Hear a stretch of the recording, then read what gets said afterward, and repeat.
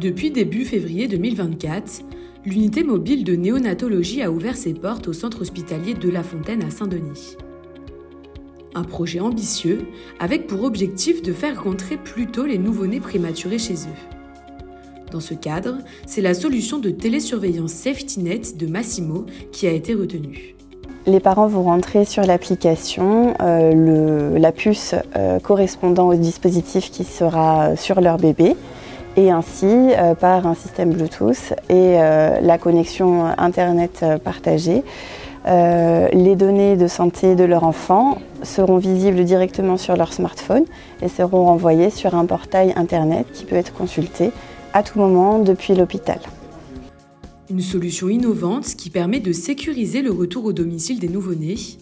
Grâce à un capteur au pied, les données du bébé sont transférées automatiquement et pratiquement en temps réel aux équipes paramédicales de l'hôpital.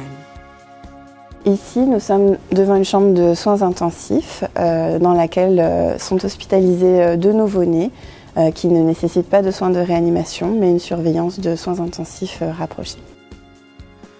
Une fois leur état stabilisé, les bébés peuvent quitter prématurément les soins intensifs afin de rentrer en toute sécurité à leur domicile avec leur famille. En plus du capteur, une infirmière supervise le retour des petits patients à leur domicile. Dans le cadre de l'unité mobile néonatale, en fait, je vais voir un petit patient qui est sorti il y a une douzaine de jours de néonatologie pour une prise en charge à domicile. Et donc, on va surveiller sa prise de poids, son alimentation, répondre aux questionnements des parents et en même temps surveiller les données qu'on a par le capteur Massimo. Un processus qui permet une prise en charge complète et totalement sécurisée des nouveau-nés. En cas de problème, des alertes sont envoyées directement aux professionnels de santé. La famille est alors contactée par l'hôpital afin de savoir si tout va bien. Pour communiquer directement avec les infirmières de la néonate, c'est très facile. Vu qu'eux, ils ont déjà l'application là-bas, moi j'ai déjà l'application ici, donc on arrive à s'échanger vite fait. Pour cette famille, l'utilisation de l'application SafetyNet a complètement changé leur quotidien. Au début, ici, il fallait partir en néonat avec moi, je partais le matin. Et le temps de quitter là-bas, elle devait partir le soir, donc du coup, on avait du mal à se voir. Et aujourd'hui, avec cette surveillance qui a été mise en place, ça permet vraiment pour qu'on passe plus de temps ensemble. Et surtout encore avec le petit Samuel encore à côté. Donc franchement, ça a vraiment changé un peu. Encore plus, je pourrais dire, le bonheur, quoi. Le plaisir, mention, partage. Lors des visites au domicile, l'infirmière accompagne les parents dans l'utilisation de l'application afin de répondre à toutes leurs questions. Voilà. Ah, voyez, capteur débranché. Alors, on va appuyer sur arrêter de mesurer. C'est volontaire. Unité, on va mettre test. Voilà. D'accord. Donc, et on met envoyer. Envoyer. Voilà. Et maintenant envoyer. Voilà. D'accord. Donc nous, sur le téléphone ou par mail, on va avoir comme quoi le capteur est débranché. Parce que c'est le bain. D'accord. Voilà. Dès qu'on a replacé le capteur, les valeurs se remettent en direct. D'accord. Ok. D'accord.